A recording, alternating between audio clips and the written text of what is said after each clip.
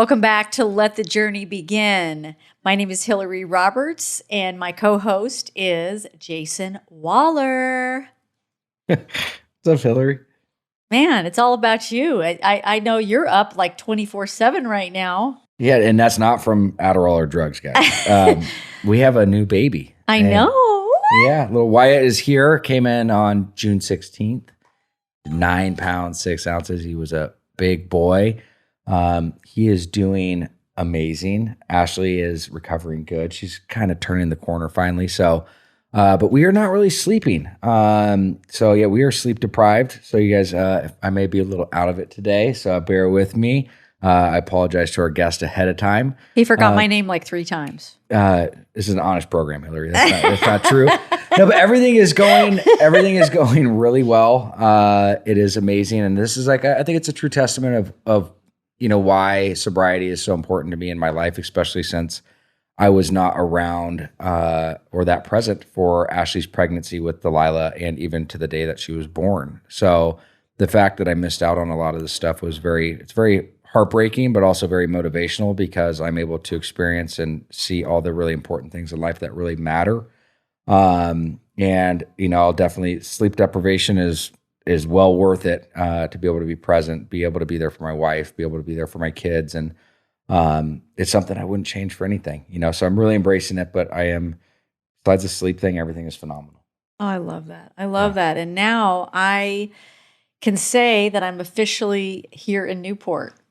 And I'm just loving that. Time to leave. No, I'm just kidding. I'm just kidding, dude. Just kidding. Go play in traffic. Yeah, seriously. How's that been? So literally the two of us have been going through, out of the 5, they say the most stressful things in life are, obviously, one of them is having a child. One of them is moving. How are you doing? How's everything going? I know I just moved too, and I know how crazy that can be. It's been a bit of a stress, but it's a beautiful first world stress. I mean, I love it here. I mean, I'm still based in Dallas, but just being here to be able to work on the foundation more and really, really get into the groove of everything is fabulous. And I just love, love, love it here. What are you doing for I mean, there's a lot of people out there that I'm sure that are going through transitions and stuff. What are you doing for self-care for yourself? Because you've been, just kind of call it out a little bit, is you've been overly exhausted. I mean, you haven't been, the thing you've been doing good is setting good boundaries, because there's a couple things that we were supposed to do that you had to back out of, though, which is not a bad thing because you were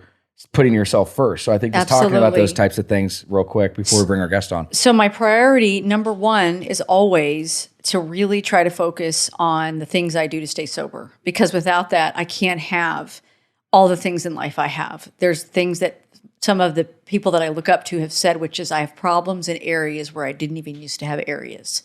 And if I want to continue to have the things best thing you've ever said. If I want to continue to have what I have today, then I need to keep doing those simple things. And it was, I had a hard time sleeping. It was a new environment, all of this, even though it was fabulous. But I had to really hunker down and make sure I got some good rest. And I slept amazingly well the night before last. Last night was a little less, but I needed that long, long sleep after several days of just going and going. And I also added some more support group stuff in there because I needed that so that I could move forward. I was having some perception issues when we don't get enough sleep or we're eating badly. The other thing I'm doing right now is I'm kind of doing a fast where I'm so addicted to sugar, which if you're new, eat sugar like a banshee. I'm 24 years sober, but it makes me a little crazy at times. But just right now, while I'm processing and kind of centering myself, I'm not eating sugar or breads or stuff. I'm just eating all whole foods pretty much. And so that's been more of a spiritual thing for me, just to kind of center the myself. Self-care, I guess the point of that though is like you really have taken the time to focus on you, and it's okay to do that. I think people want to be all things to all people, and you can't, especially when you went through a crazy time. And that's and we had playtime, but I was going to come over to the house. Then we were going to go out on that boat, and you canceled for the boat so you could take care of yourself, and I canceled with the other because we have to. If I can't give what I'm empty in, I can't do it. Yeah, and you're great at that too. No, for sure. Well, enough about us too, and I appreciate that insight, Hilary. But we obviously have a guest here with us today, and Kyle. It is so good to see you again. And I just found out an amazing thing of how we actually have connected before, which I did not know prior to walking into this room. So, Kyle, welcome to the show, man. Thank you for joining us. Thank you guys so much for having me. I'm so excited to be here. Thank you. Of course, man. We're excited to have you. Thank you. So, Kyle, we want to hit this thing off, man, and I want to ask you, what did you want to be when you grew up? 100% a professional bodyboarder. Ooh, Wow. that's the first one we've had on here. Yeah. Take that down real quick.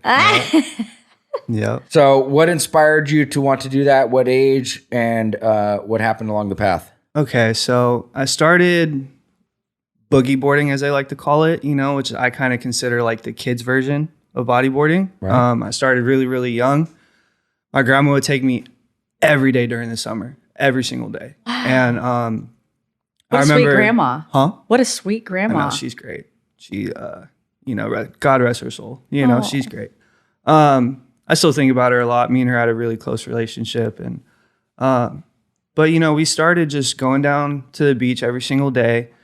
I remember one morning I was out there and I didn't have any fins, and the surfer was pounding up to me. He's like, "Hey, you need to get yourself some fins." And that very same day, my grandma went out, got me a pair of fins, and past that point, I was How old were you? oh man, probably like 8 around that time. Right. I was a young kid at that time, and that's when life was easy. Right. You know what I mean? Yeah. No, it was. But so your grandma was a big part of your life. So was mom and dad not really in the picture at this time? Dad was. Yeah. Dad was. Mom wasn't. Mom wasn't. No. Okay. And I have no problem getting into that in a little bit. That's definitely a big part of my story and why I ended up going through some things that I have gone through, But yeah, man, I mean, once I got those fins, I started taking bodyboarding very serious. I competed in high school. I'm from Long Beach. I went to Wilson High School, and I competed on the surf team. And that was really my only escape that I had from, the party scene in high school that I was very, very involved in, very much so. And to the point where, my senior year in high school, I had a 0.2 GPA, and the only A I got was in surf class. Awesome. Because that's the only that's the only class.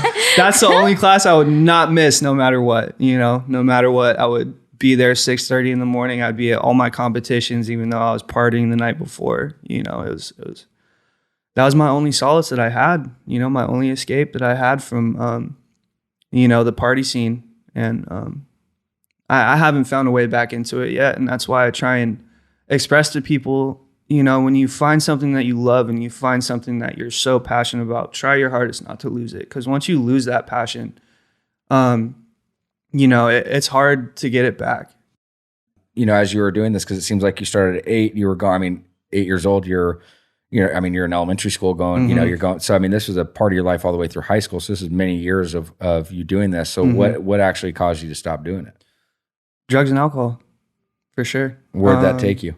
It took me to a 0.2 GPA, as I said, senior year. I can relate to that. And up to the point of not graduating high school, I did get my GED. I'm a GED girl. Yes.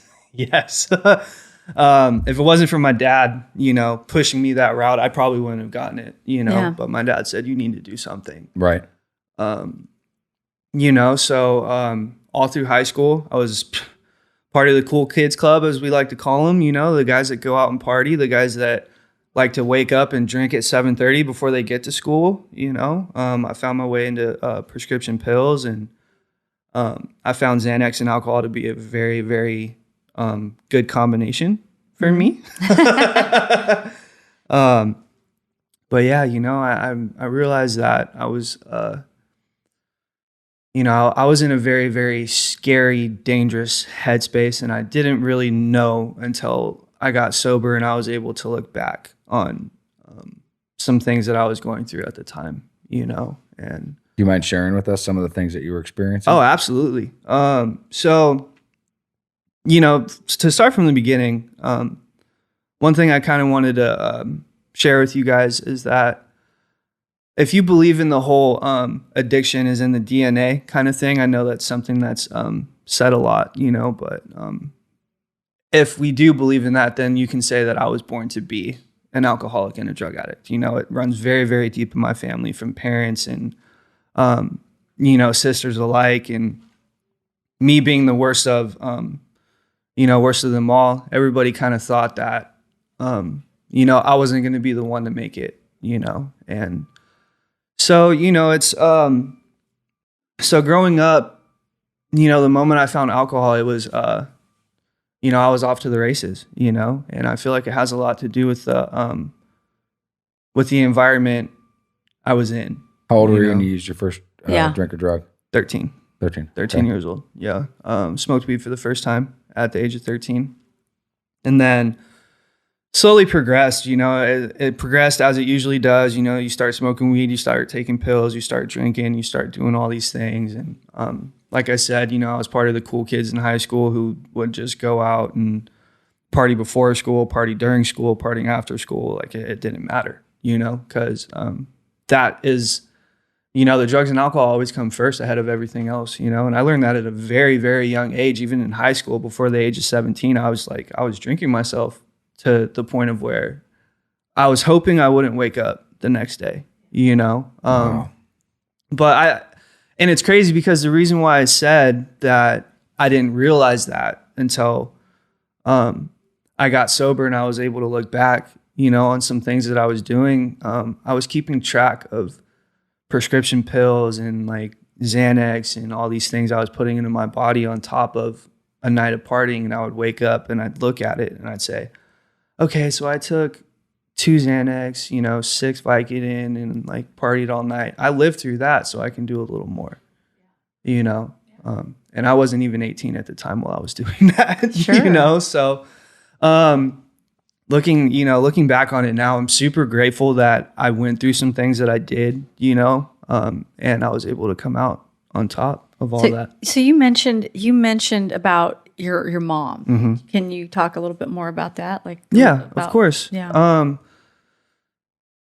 So from my understanding, right, my mom and my dad, they ended up getting a divorce when me and my sisters were very young. I think I was about 18 months old when they ended up getting a divorce. And as I was growing up, I became really, really close with my dad, you know, and my dad was able to tell me some things that they went through, you know. Me and my sisters, we were in foster care at the time, and we were about a week out from my dad and my mom getting us back out and us becoming a family again. And my mom ended up splitting at that time, you know, and she took off. And of course, the thing that surrounds all of this, which I'm not afraid to say at all, because the one thing that has got me this far is being vulnerable, you know, Sure. and telling my story and hoping that somebody out there who hears what I'm about to say hopefully gets something in the feeling that they're not alone with what they're going through, you know? Good. So all of it revolves around drugs and alcohol, you know? The divorce, my dad ended up going to the judge saying, hey, what do I need to do to get my kids back? Because I will do whatever you told me. They said do a 90 and 90. He did 120 and 90, you know, through the courts. And, you know, my dad stayed clean for 14 years while he was raising me and my sisters. Mm-hmm. And my dad's a longshoreman down in the port, one of the hardest working men that I know, you know. But at the same time, to this day, you know, there are certain members in my family that really, really, really struggle with the demons that they're fighting, Yeah. you know. Did you ever see her? Like, have you talked to your mom at all, or she just was gone? No, I mean, so my mom found her way back, you know, she found her way back. How old were you when she left and you didn't talk to her? And then when did she start coming back into the picture? So around the age of 18 months, if I remember correctly. Now, this is all based on like stories that I've heard, Sure. you know, because I was very, very young when Sure. all this happened. And if I remember correctly, it would have been around middle school that my dad came to us and was like, hey, your mom's doing really well. You know, I think around that time she had like 2 years clean or something like that, you know, and it's like your mom wants to meet you again. And my dad asked me and my two sisters if we were open to that, you know, and I said yes. I think my middle sister, Stephanie, was like, no, I don't really want to, you know, Yeah. and my oldest sister said yes. And we ended up meeting my mom. She came over, she made spaghetti. My oldest sister, Christina, hates spaghetti, you know, so she made a really good first impression on that, you know. But yeah, and she slowly but surely just started coming back around and trying her absolute hardest to be a mom, you know. No, it's so interesting to hear, you know, all the stuff that you're saying, because I mean, at a young age, you know, you didn't really have much of a foundation. There was a lot of stuff moving around. And to your point of, you know, the genetic makeup of people that struggle with addiction, it's actually 20% of all people that struggle with substance abuse are pre-genetically disposed to addiction. The other 80% are environmental. But I mean, it sounds like you had some, you know, some pillars in your life, being your grandma for sure, but also, you know, your bodyboarding, your outlet. You also had, you know, your dad who ended up coming back in and, you know, had his own moment of clarity where he wanted to bring his kids back into his life. And that's kind of what I'm wanting to hear from you now is, I mean, you went through all this stuff. You really didn't have, you know, two legs to stand on at that age, you know? And I mean, you've done the best that you could with that. So where did all this ended up taking you? And where did your bottom happen? Where was that moment of clarity where you're like, dude, I can't do this anymore. Obviously, you know, the cool kids club, you know, and I can understand that it's no longer here, you know, when did that happen? Okay. So, you know, drinking and partying in high school, I felt like was fun. You know, I felt like I was having a lot of fun doing it until, you know, it wasn't fun anymore. You know, that's something that we hear a lot. You know, just in the community, the sober community, you know, is it's fun till it's not fun anymore, you know. And so once I got my GED, I found my way into, you know, I found a little thing called meth, you know, and I also have experience with heroin addiction as well. So I went down the rabbit hole as far down as I can go, you know, and that's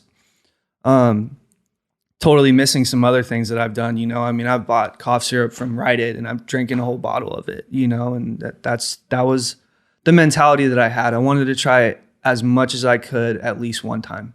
Yeah. And once I got the heroin, I found my peace that I was always looking for. You know, I found a void filled that I was always looking to be filled. And, you know, I found heroin around the age of 20, about the age of 20. And, you know, I went on a 4-year, run with just where heroin was my God, you know, heroin was my life. And, you know, from the countless, 3 a.m. heroin runs, you know, skating down the streets of Long Beach when only tweakers and cops are out at the time and praying that I don't get busted, you know.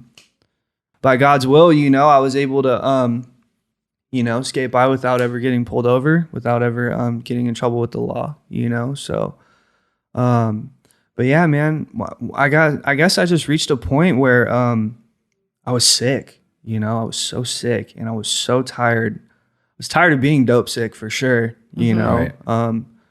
And, you know, I came to a moment of clarity where, you know, this is kind of embarrassing for me to talk about, but I feel like it holds a lot of power in what I'm about to say, you know.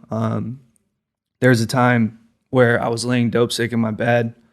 It's like 4:00 in the morning and I woke up and I realized that, you know, I went number 2 on myself, you know, and I laid there and I tried to muster up the strength to get up, but I couldn't, you know, I couldn't do it. I really couldn't do it. I tried so hard. I laid there for at least 45 minutes until I was finally able to just be like, you know what, I need to do this, you know? And I reached a moment of clarity there where I was like, you know what, like, is this going to be the rest of my life? You know, is this what I want to do? You know, shortly after that, one of my best friends, he had gotten a year sober, and he actually introduced me to heroin. So he kind of came full circle for me, and he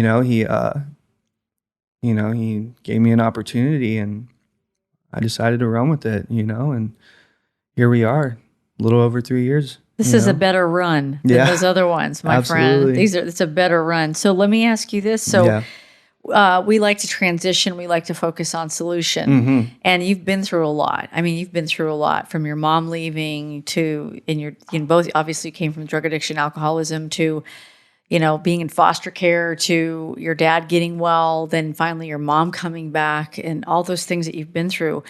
And now you have 3 years sober. You just celebrated, which is amazing. It's so amazing. Thank you so much. So what is your solution? How do you maintain this new life that you have, that you don't have to live in those, in those awful ways that we used to live in?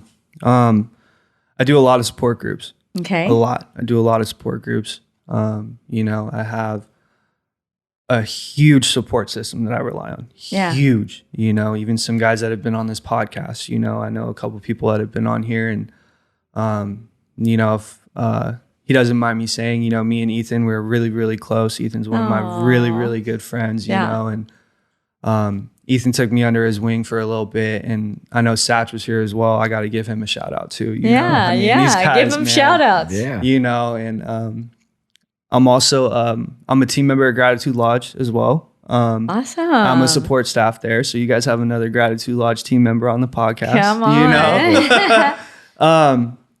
But yeah, I just feel like the thing that has helped me the most, and a little over 3 years, is just staying humble.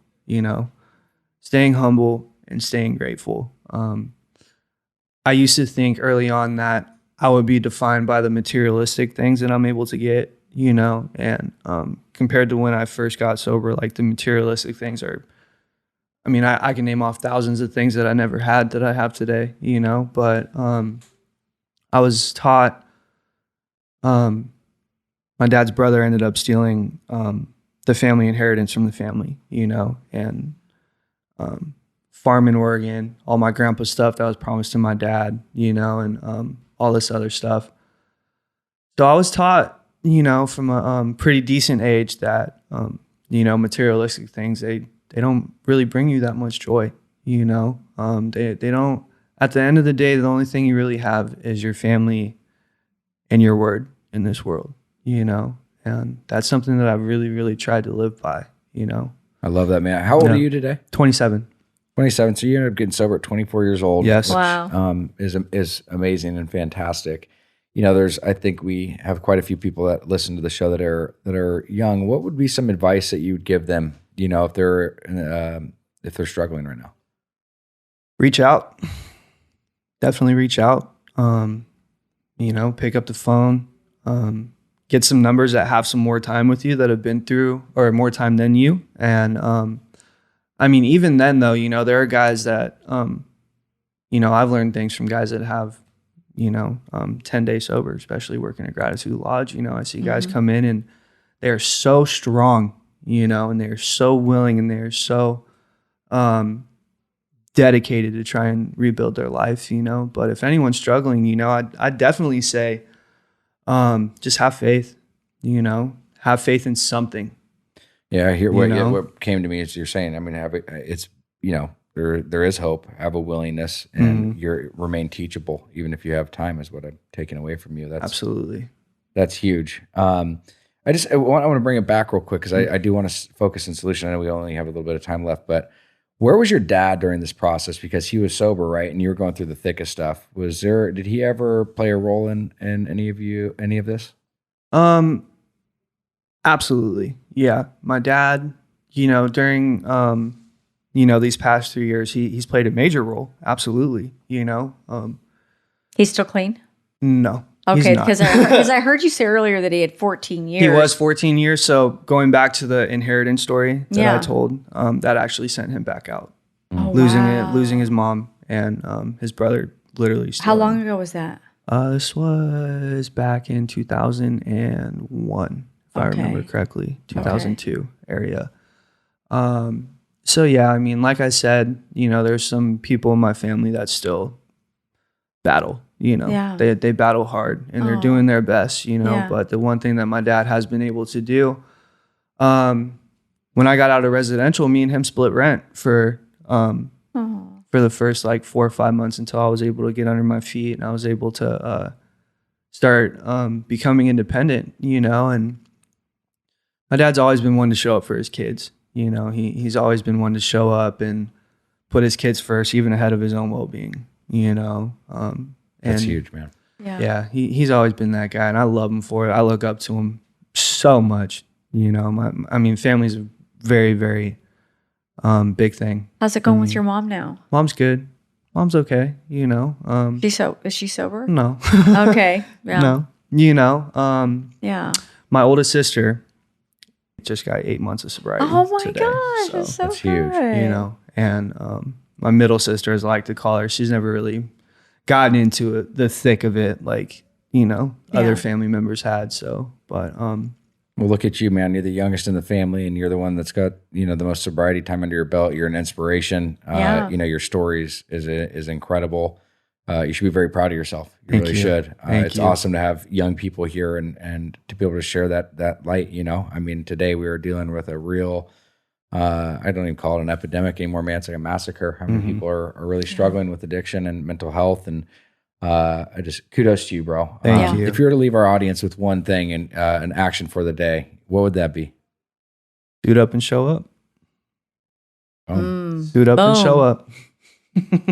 Half the battle, bro. Yep, Half absolutely. the battle. Well, look, Kyle. What an awesome story, and thank you for being so open, raw, and vulnerable. Absolutely.